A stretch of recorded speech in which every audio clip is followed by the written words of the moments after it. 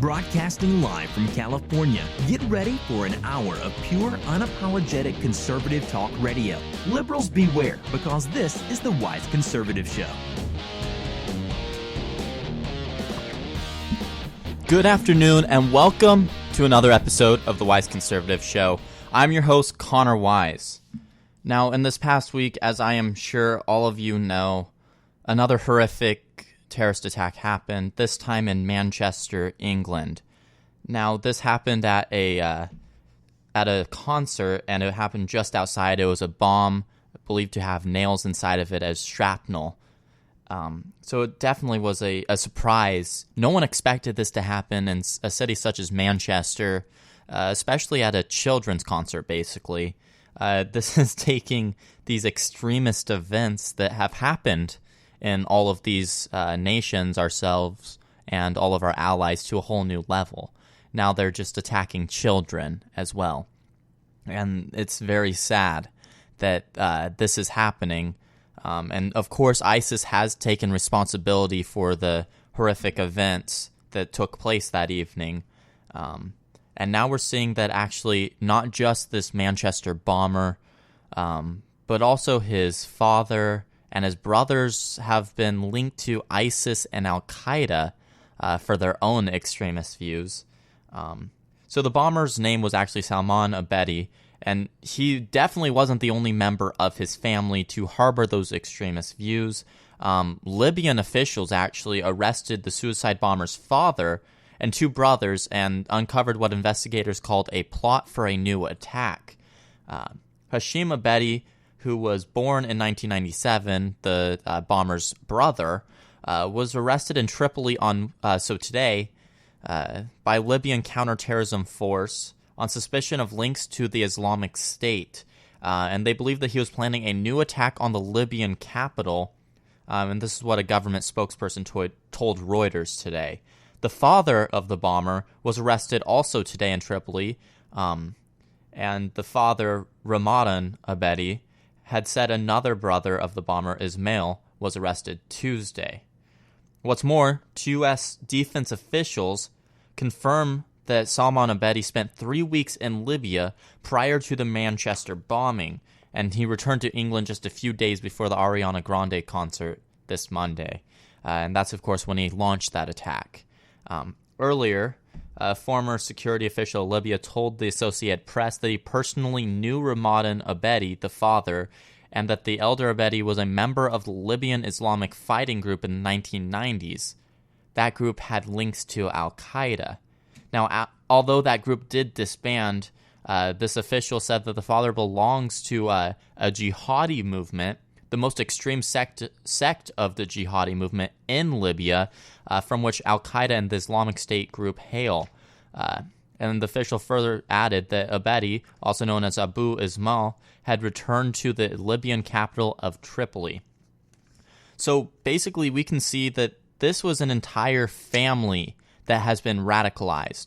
And while this man, the bomber, was born in England, he definitely held his loyalty elsewhere. He obviously held his loyalty to the Islamic State, to radical jihadism.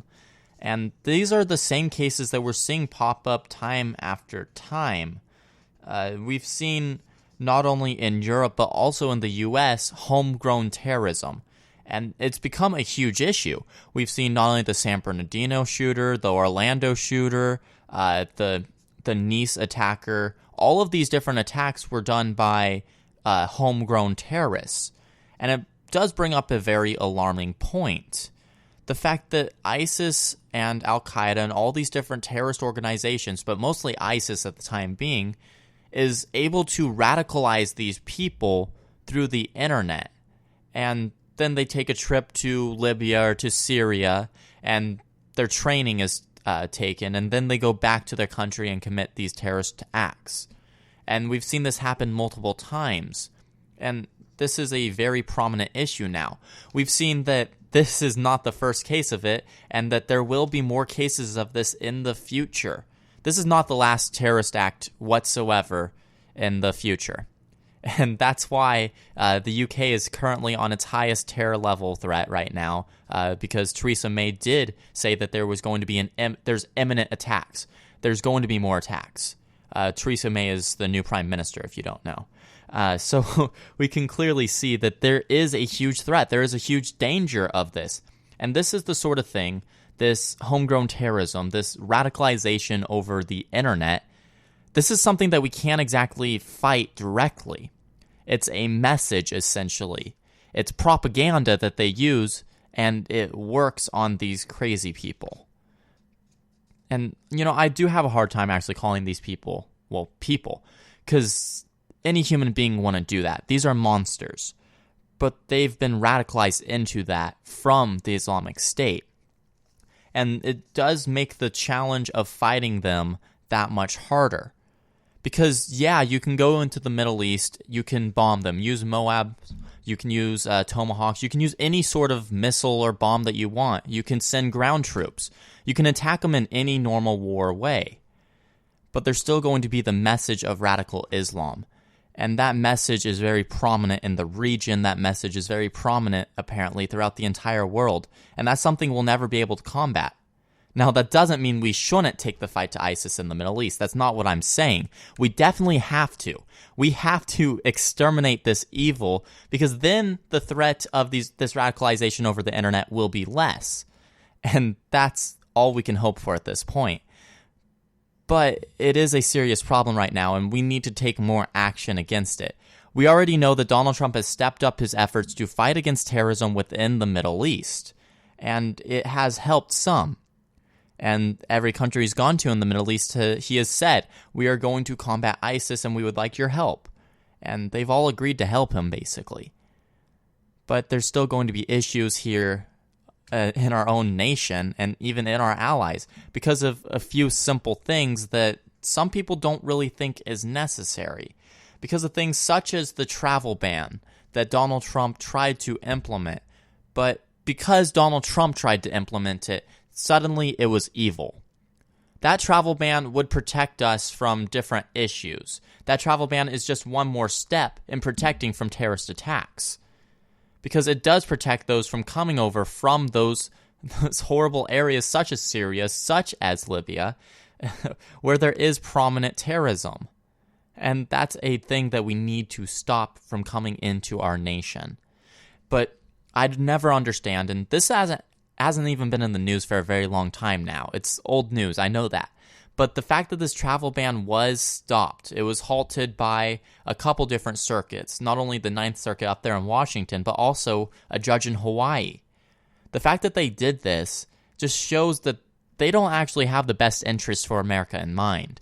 It shows that the Democrats don't have their best interest, the country's best interest in mind when they make their decisions. What it shows is that they would rather make their own decisions against the Republicans just so that they feel like they can have a personal victory rather than keeping our nation safe. This travel ban was an amazing way to protect our nation from terrorism, yet not take away liberties within our own nation. And that's hard to do. You have to balance in a nation like ours security and liberty. And the travel ban made it so that we had more security without taking away any U.S. citizen liberties. And that's a huge thing that no one has been able to accomplish until this point. That really hasn't been done before, hasn't been able to be achieved. Yet still it won't be achieved because of those liberal judges, those essentially anti-American judges. Because if you stop a plan that will protect our nation from terrorism, then you don't have our nation's best interests into regard in those decisions. You're not taking it into account. We see that these judges have put our nation at danger, and we're going to see attacks like this in our nation. As much as it pains me to say that, as much as all of you don't want to hear that, we are going to have terrorist attacks within America in the future. Because we have people being radicalized the same way. We have people coming through the refugee system, being radicalized as we speak. And it's a problem. We're going to have these terrorist attacks. And actually, just today, it came out that an ISIS propaganda video featured Las Vegas as a target that was being attacked. And I mean, you look at Las Vegas and it's pretty much exactly opposite to everything that radical Islam stands for.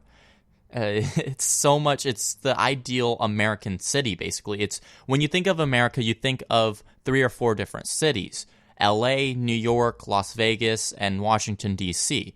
Those are cities that everyone thinks of. And well, Las Vegas is essentially the epitome of anti-radical Islam. And so we're seeing in this propaganda video, which it doesn't mean that they necessarily have plans for Las Vegas, but it does mean that our nation is in danger, that there are homegrown terrorists within our nation right now, that there are people planning to come across the ocean to try to attack our people. We need to do everything we can to protect those people. And, so we're going to be asking around what different plans are for this. And we've seen that some people have offered up some plans, such as the travel ban, that could possibly help. But others, those who probably shouldn't be asked this question, continually give their opinion on it. And, well, it's really a bad opinion on this issue. Katy Perry was on a radio show right after the attacks. She was on a show, and she was asked about the different events. And I don't know if you've heard this or not. It's not too publicized. But Katy Perry basically advocated for not having borders as a solution to this issue. So here's actually the clip from that. I have the audio from it. So let's listen to this. This is also the interviewer at the same time, so you get both sides here. It's a couple minutes long. Take a listen. The news from Manchester from Ariana Grande's outside her concert last night. You go through these phases of you're in shock, you're afraid, and then you're mad, and then you want to do something about it. And the first thing I thought of this morning was, I can't wait to go to a concert. I just want to prove to the world that we need to get together and have festive get-togethers like your tour that you just announced. What are your thoughts on that? I can't really tell anyone else how they should feel, but I just feel devastated. Yeah? Yeah. Yeah. And so you should. We all should. It's a sad thing. Yeah. People getting together for what is supposed to be the elevating show, and you know what? They will continue. But the thing of it is that, besides all the weird stuff that goes around on the internet, which is, sometimes a great place, but an absolute, underbelly mob pit of horribleness. Right. I think the greatest thing that we can do now is just unite as people, as fan bases, all of it, because I think they're as much, whatever we say behind people's backs, because the internet can be a little bit ruthless as far as fan bases go, but I think that the greatest thing we can do is just unite and love on each other, and no barriers, no borders.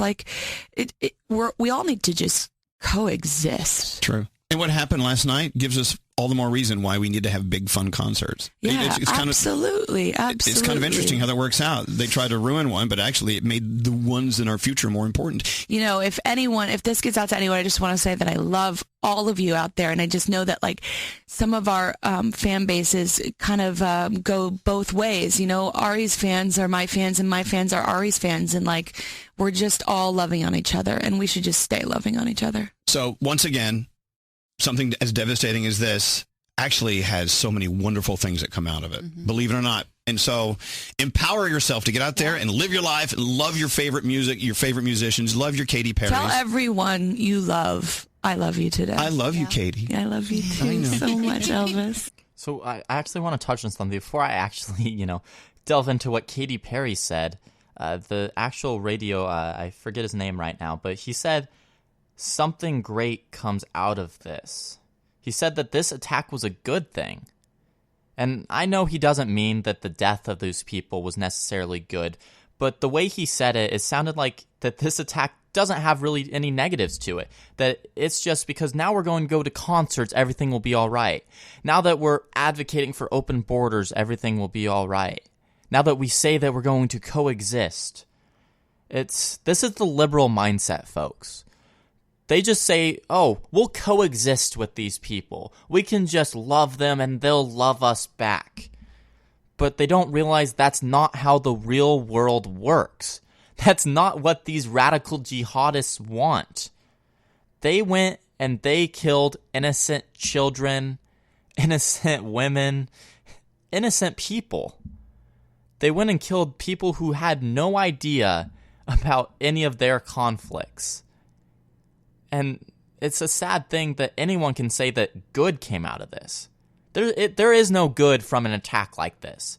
There is no good whatsoever. This is a horrific event, and there is no good. But furthermore, saying, as what Katy Perry said, quote, no barriers, no borders, like we all just need to coexist. Yeah, that's her plan to solving terrorism in the world. We all need to coexist with no borders and no barriers. Well, I know somewhere that doesn't have a lot of borders and in fact has no borders.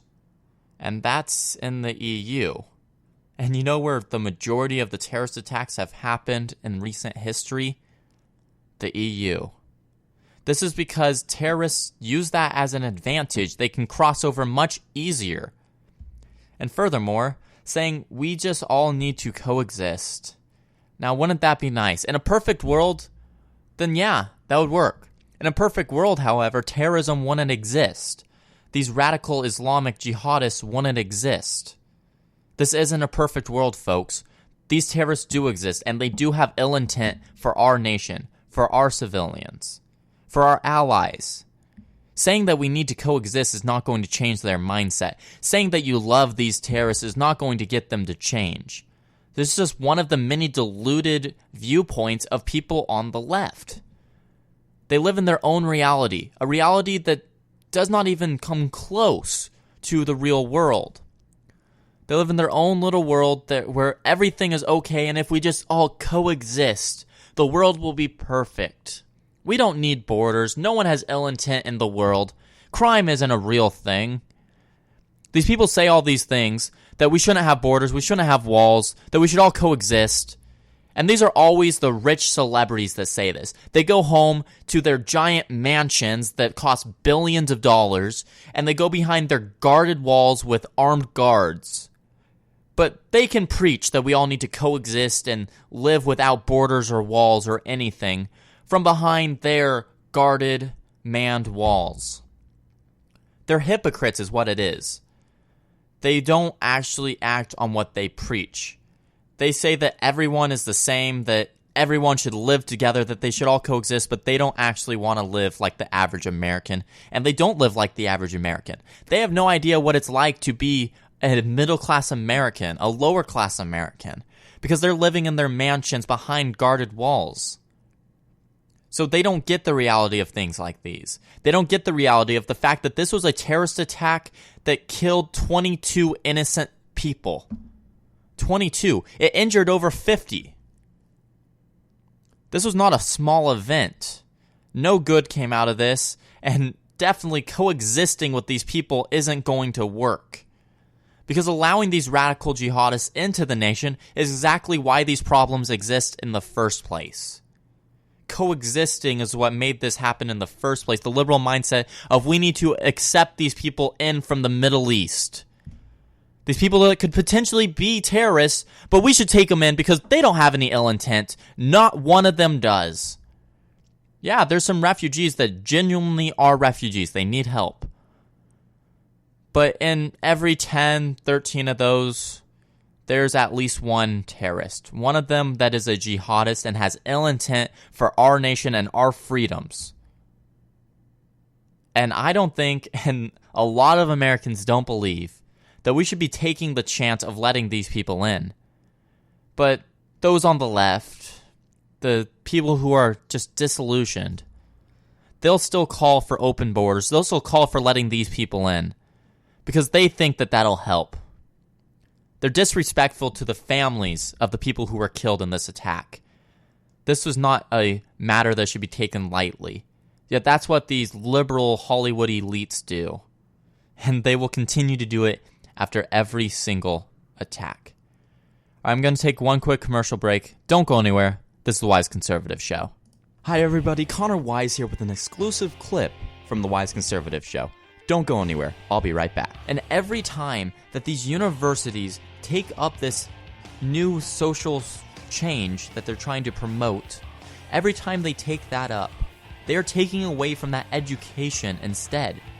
Because now they're focusing on these social changes instead of learning like they should be. Ever wanted to learn the history of the Israeli-Palestinian conflict in less than 10 minutes? Are you looking for the truth about the so-called gender wage gap? Well, my friends, I'll let you in on a little secret. Prager University is a source that I use all the time when preparing for my show, the Jason Veely Program. Dennis Prager and his team have put together a remarkable organization that seeks to explain and spread Americanism through the power of the internet. Their short yet extremely informative videos reach more than 100 million people per year, and they want to reach you as well. Go on YouTube and type in Prager University, or go to prageru.com for all of their latest content. That's Prager, the letter U.com. prageru.com.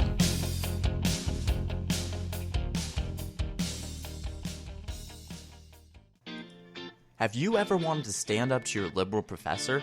Have you ever wanted to help expand the conservative movement? Well, it sounds like you would be a perfect fit for Youth Revolt. Youth Revolt is a team of dedicated young conservatives fighting liberal indoctrination within our school system. If you're interested in being a part of this team by being a columnist or even hosting your own radio show, go ahead and click the Join Now tab at the top of youthrevolt.org. You'll be asked to answer a few questions, and a Youth Revolt team member will respond to you quickly. Be a part of something bigger than you. Be a part of Youth Revolt. Speak without fear.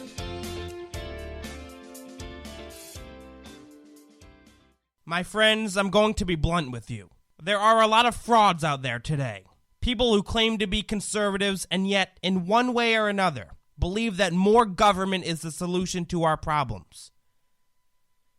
That's not what conservatism is about, and even more than that, that's not what our Constitution is about. I'm Jason Veely, a recent college grad who has the guts to say what needs to be said without pulling any punches. On my radio show, you can expect 100% pure conservatism every single weeknight at 7 o'clock p.m. Eastern Time.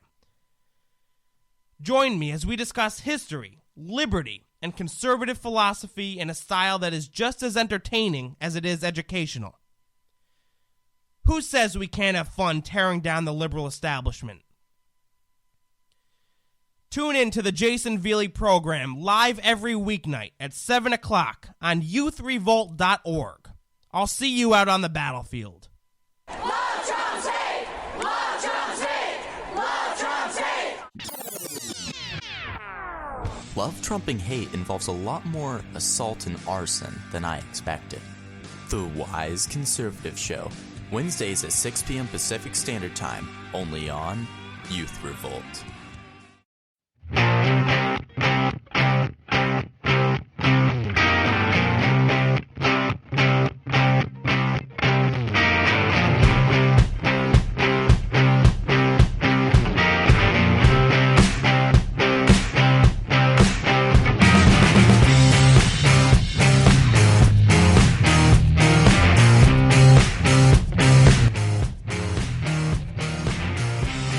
Welcome back to the Wise Conservative Show.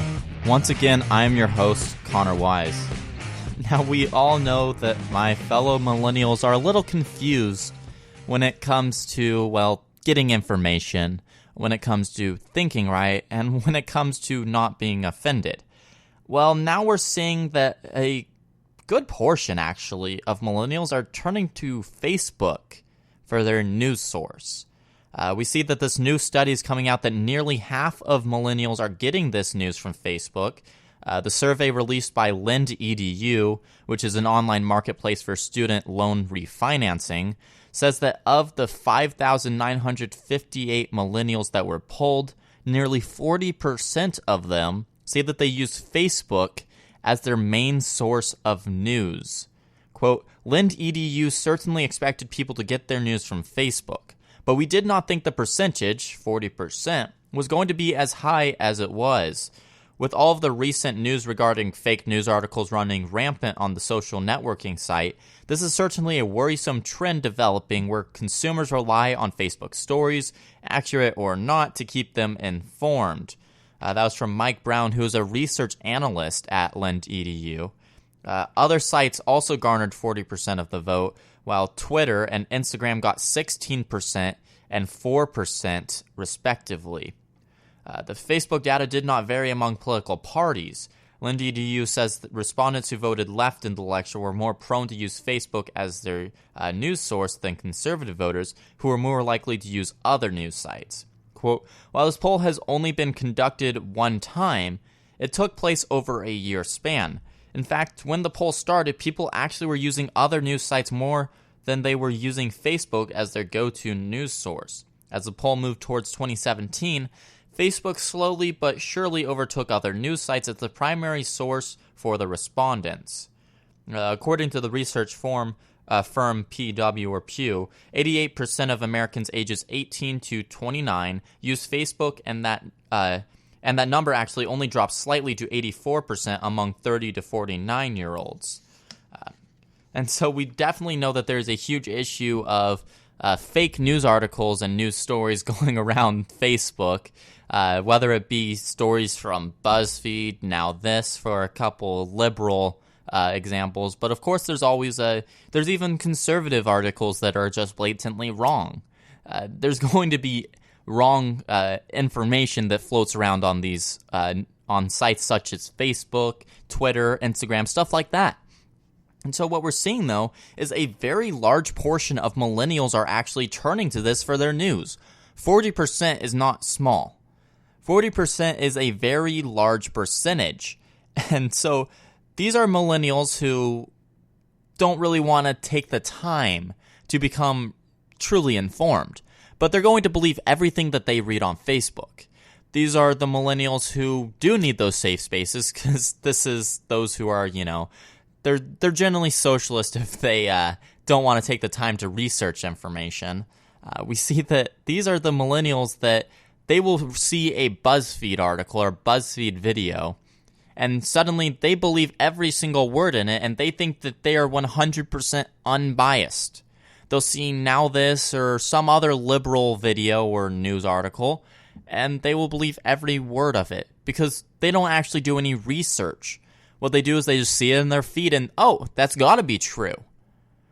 It's very shameful that so many millennials are just, they don't do anything. They're so lazy. They're so lazy when it comes to researching information. Democracy is a system that thrives when people are informed. But my fellow millennials are throwing that out the door. They're throwing that into the trash because they're so lazy that they can't look up any information when it comes to their own nation.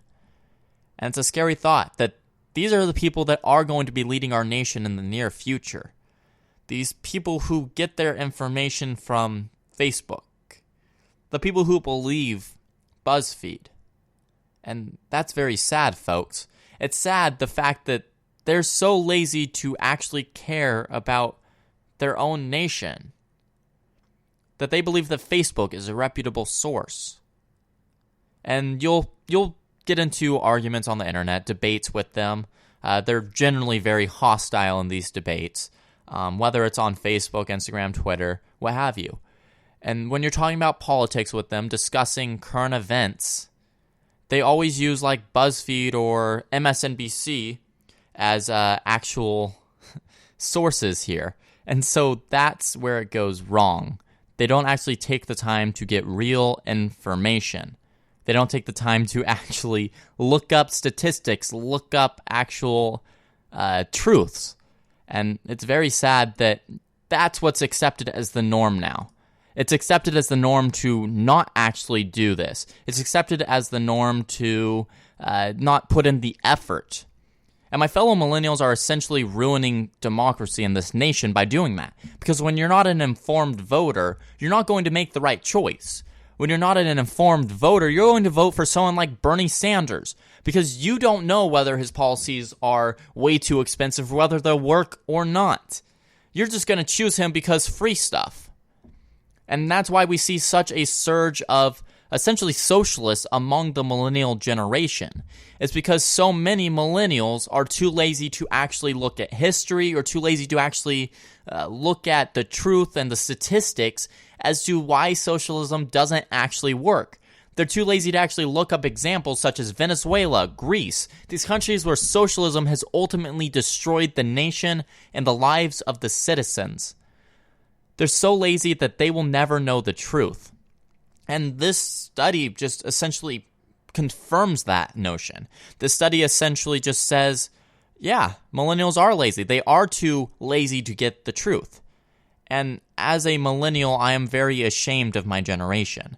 I'm at the tail end of millennials, but it seems like the majority of us just don't really care about anything. And it's sad to say that these are the people that are in higher education right now and are going to be leading our nation.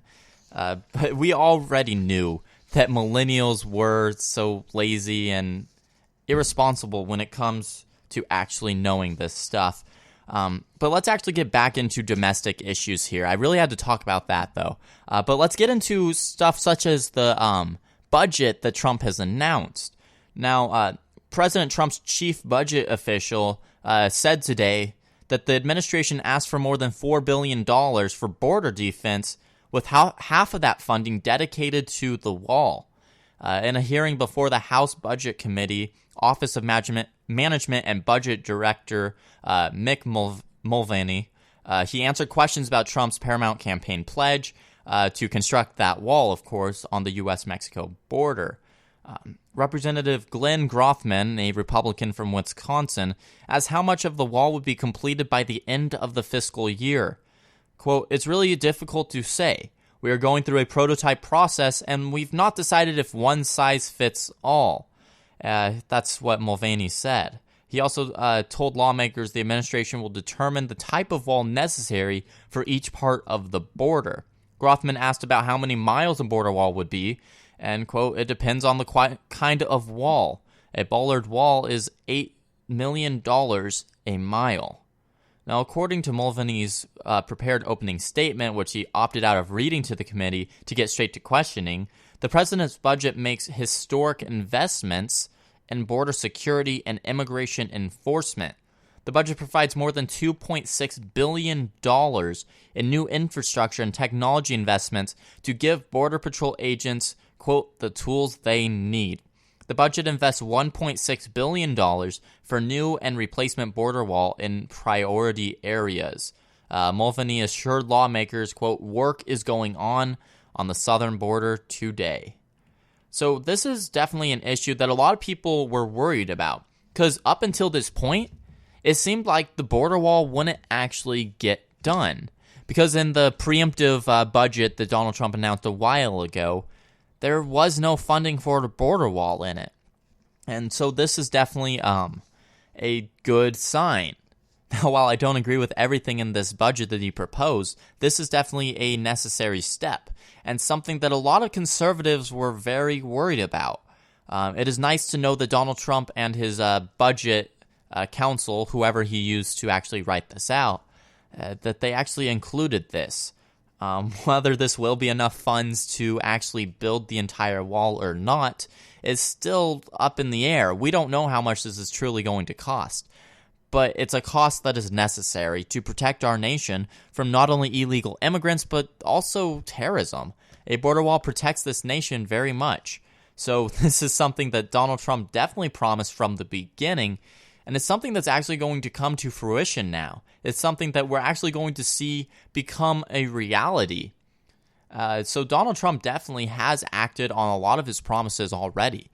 We've seen him basically kick it into high gear from the second he got into office, from the executive orders to even writing bills for Congress already. It's been a very eventful presidency already, and it hasn't even been that long since he took office. It's been just over 4 months since he's been in office. So he's already gotten a lot done, and at record speeds, essentially. And yet the left is still attacking him for not, they say that he's lying about everything that he does, that he doesn't keep his promises. But in reality, Donald Trump is going down in history as the only president to be criticized for keeping his promises. And That's just astounding that people are still criticizing him for stuff like that. Now, he definitely has made some strange moves, and I do believe people should take away his Twitter from him. He's saying some outrageous things on there that's not really helping his position.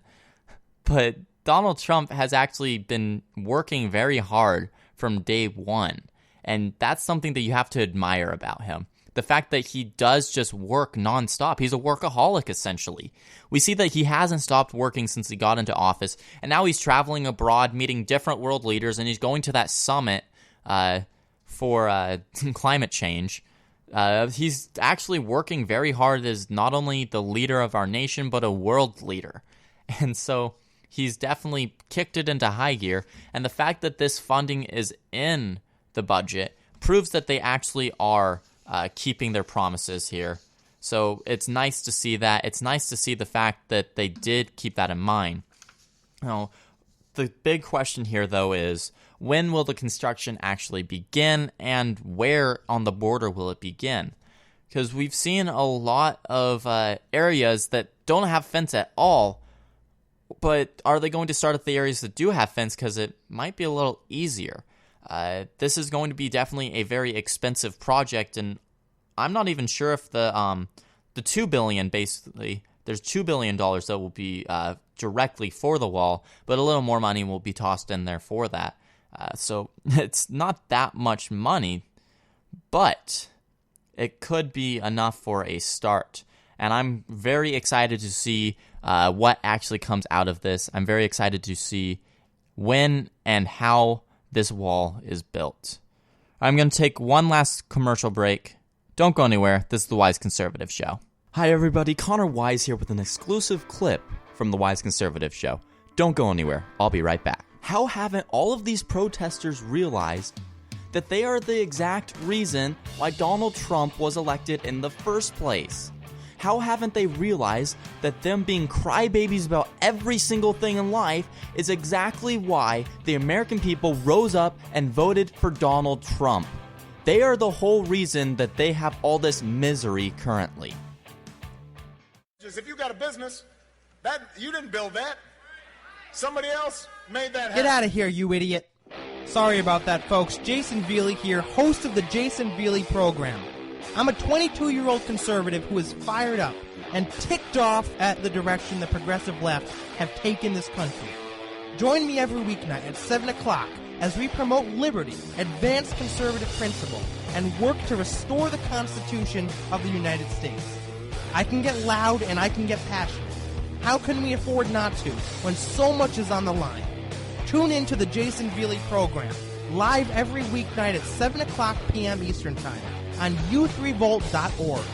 I'll see you out on the battlefield.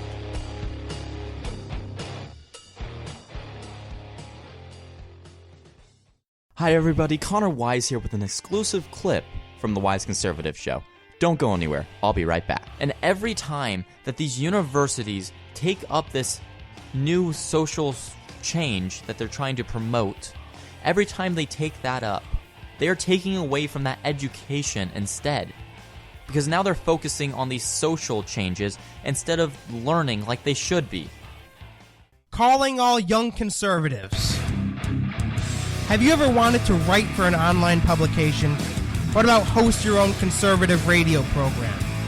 Now you can, thanks to youthrevolt.org. Youth Revolt is a conservative media network for young people, the goal of which is to educate our fellow Americans and also to expose the left-wing indoctrination that goes on in classrooms across the country.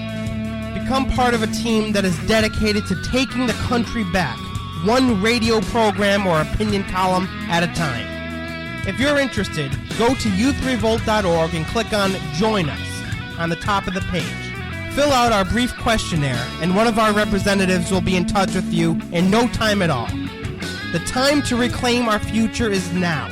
Be a part of something that's bigger than yourself, and join the movement today. Youth Revolt. Speak without fear.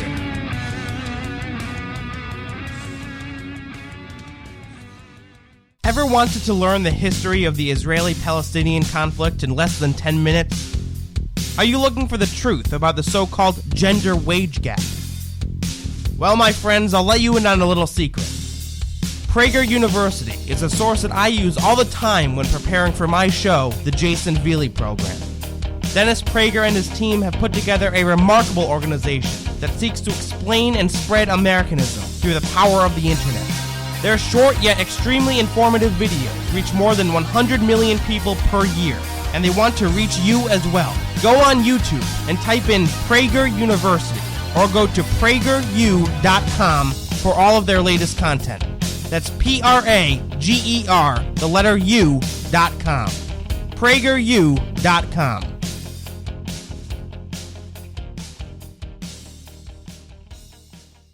Love Trump's hate! Love Trump's hate! Love Trump's hate! Love trumping hate involves a lot more assault and arson than I expected. The Wise Conservative Show, Wednesdays at 6 p.m. Pacific Standard Time, only on Youth Revolt.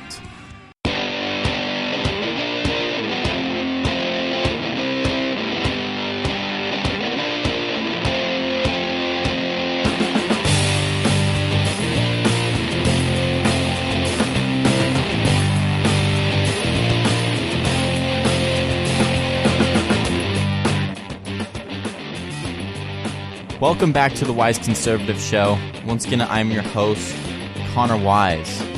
Now, we were just talking about a border wall, so this is kind of fitting to go right after it.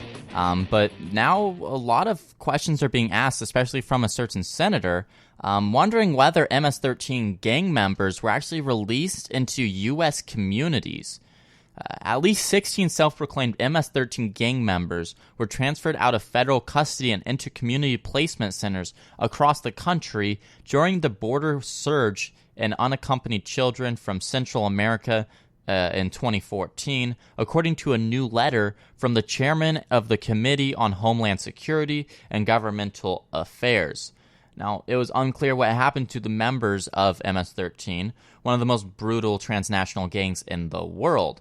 And that's why Senator Ron Johnson, a Republican from Wisconsin, wrote the Office of Refugee Resettlement on Tuesday demanding answers. Now, we saw that in 2014, the Obama administration declared a humanitarian crisis after tens of thousands of immigrants flooded across the United States border. The dramatic increase in immigrants from El Salvador, Guatemala, and Honduras overwhelmed border authorities at the time. Now it's just coming out that more than a dozen teenage gang members were captured during that surge, and according to Johnson's letter and documents that have been released, the gang members freely admitted that they were active MS-13 gang members and marked bathrooms inside a placement center in Arizona with MS-13 associated graffiti. One teenage gang member stated he was a drug dealer and would continue to do the same in the United States with his family. Another admitted he was a member of the Serenos gang and had been involved in multiple robberies, assaults, and drug dealing since he was 15 years old. Quote, "These documents appear to show that the federal government knowingly moved self-identified gang members from Nogales, Arizona, to placement centers and communities across the country. As you know, it is common for UACs, or unaccompanied children, to be released from their placement center while awaiting a court date. It is unclear from these July 2014 documents whether any of these self-identified UAC gang members were released." Now, that was in Johnson's letter. Now, Johnson is now asking for a complete accounting of all UACs captured at the border who have self-identified as gang members since 2010. He also wants to know if the gang members were released into communities in Virginia, Washington, Texas, New York, and Oklahoma. The questions come as the Committee on Homeland Security and Governmental Affairs hold hearings this week on the rise of MS-13 and other transnational criminal organizations. A spokesperson for the Administration for Children and Families said in a statement, quote, "The Department of Health and Human Services, Office of Refugee Resettlement, is reviewing Senator Ron Johnson's request. As a matter of policy, the HHS Administration for Children and Families does not comment publicly on congressional requests before providing an official response to Congress." Now, a spokesperson for U.S. Customs and Border Protection said that the agency is, quote, "required by law to turn all accompanied children over to Health and Human Services." Border Patrol protocols require agents to report gang affiliation of juveniles in the system used for processing and share that information with Immigration and Customs Enforcement within 3 hours of request for the juvenile's placement with HHS's Office of Refugee Resettlement. So this is actually a big deal, folks.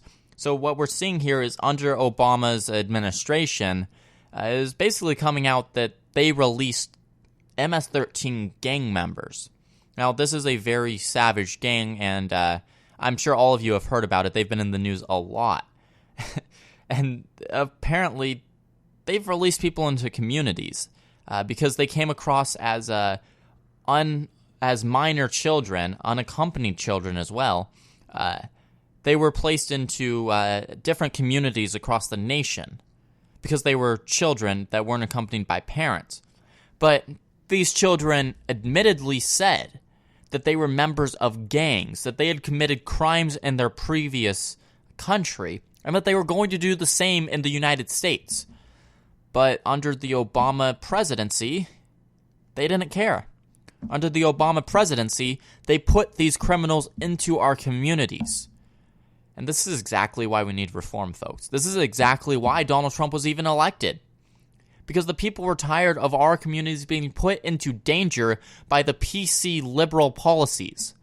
Because it's not politically correct to send back these unaccompanied children, even if they admit that they're gang members. Which is very sad, folks, because these are members of very ruthless gangs. These are members of gangs that don't care about killing innocent civilians if it comes to it. And, well, now they're running loose in our communities across the entire nation under the refugee program. And that is a big deal, folks, because now these children are going to school. These children are going into our businesses. These children are just walking down the street. And they have affiliations and are still members of these gangs. That's scary, and the fact that the Obama administration actually put them back into communities is it's astounding. It's sad that they would ever do such a thing. These are some ruthless people, and they're putting them and all of the civilians in these towns' lives at risk by putting these gang members in it. This is just another policy that liberals call for, not ever deporting unaccompanied children, even though they cross illegally across the border. They say that we shouldn't deport them, and they actually get citizenship, a lot of them, because of these liberals. But that shouldn't be happening when these people are admittedly being gang members. But actually going to international issues here, we see that Trump is now going to the G7 summit, and there's a lot of people who are kind of wondering what he's going to do, because one of the biggest questions now being asked ahead of this summit in Italy is whether President Trump will fulfill his campaign promise to pull out of the Paris Agreement on climate change, or if his European counterparts can convince the U.S. leader to keep the country in the historic and rather controversial agreement. Now, Trump's inner circle is actually split on the issue. Climate change skeptics like Chief Strategist Steve Bannon and, of course, his EPA Administrator Scott Pruitt want the U.S. to drop out of this agreement. But former ExxonMobil CEO and current Secretary of State Rex Tillerson, Trump's daughter Ivanka, and his son-in-law Jared Kushner are in favor of remaining in the agreement. Now, analysts say that G7 leaders have a prime opportunity to actually make their case to the U.S. president. We see that David Waskow, a director of the World Resources Institute's climate change, said, quote, "What we have seen from Trump is he takes personally the one-on-one talks he has with other world leaders. That kind of persuasion can have some real effect if it is delivered in a very personal way." Now, the rest of the G7 nations, Canada, France, Germany, Italy, Japan, and the UK, are all strong supporters of the Paris Agreement, as are the other 188 countries that have signed it. And the idea that the U.S. withdrawing from the accord has it's basically become a global concern. We've seen the U.S. is the world's second largest emitter of carbon dioxide, and its adherence to the emissions cutting deal penned under the Obama administration is seen by some as vital to keeping other nations in compliance. But we all know on the campaign trail last year, Donald Trump was highly critical of the Paris Agreement, promising to cancel the deal and calling climate change a hoax perpetrated by the Chinese. And since taking office in January, his administration has rolled back a number of Obama-era environmental regulations in the hope of breathing new life into a struggling coal and fossil fuel industries. Now, this accord had no sanctions for noncompliance, but it has a principle that nations will set ever tougher goals for action in this century. In the last month, however, we have seen that Trump has wavered on his pledge to withdraw from the agreement, as he faces not only a divide over the issue within his own White House, but pressure from a diverse and large number of industries. Retail giants like Walmart, tech companies such as Apple, and even fossil titans from Chevron to Royal Dutch have all voiced support for the accord. Quote, "It would be unhelpful on a number of fronts," the chief executive of Royal Dutch Shell told Financial Times this week about the probability of that U.S. withdrawal. Quote, "With the U.S. being the largest investment destination for a company like Shell, yes, I think I would regret having a lot of business here that potentially could be at a disadvantage because of the implications of that decision to pull out of Paris." Now, G7 leaders need to play the U.S. strengths and show Trump that there is a big benefit from this if they want them to stay in. But when we actually look at it, there's not too much of a benefit for staying in this. We already know that Shell isn't going to pull out all of their business from the U.S. Their entire company would crash and crumble if they did that. We know that all of these giant companies aren't going to pull out the U.S. We're most of the time their biggest market. But let's actually look at the effects of being a part of this Paris Agreement. With this, our industries are struggling. With this, our actual energy and even our coal sector are very impacted. We see jobs that shouldn't be lost are being lost. We see these regulations are driving companies out. Now, whether you believe in climate change or not, legislating so that companies can't produce anymore is not the right way to go. There are so many other ways to actually do this that wouldn't cost an entire industry its life. And that's what this summit actually does, though, and that's what this agreement does. It basically and essentially squeezes out everything that isn't renewable energy. And that's not what our nation needs. That's not what our economy can handle right now. We're just recovering from a horrible recession. We can't afford to be squeezing out more industries. And being in this summit does that. Being in this summit basically squeezes out the coal industry. And our nation has thrived and actually relied on that industry for quite a lot of years. Up until the Obama administration, we have relied on it. So we have seen some negative effects by this agreement being put into place. We're going to have to just watch and see how Donald Trump actually reacts to this, how he moves on. I believe that he will stick to his campaign promise as he has for everything so far. But we're just going to have to wait and see how this turns out. All right, that's all for today's episode of the Wise Conservative Show. As always, I've been your host, Connor Wise. You can find me on youthrevolt.org. Go ahead and search Youthrevolt up on Facebook. I'm on Instagram at @the_wise_conservative. Spreaker.com/thewiseconservative. I'd like to thank you all for tuning in. And as always, God bless.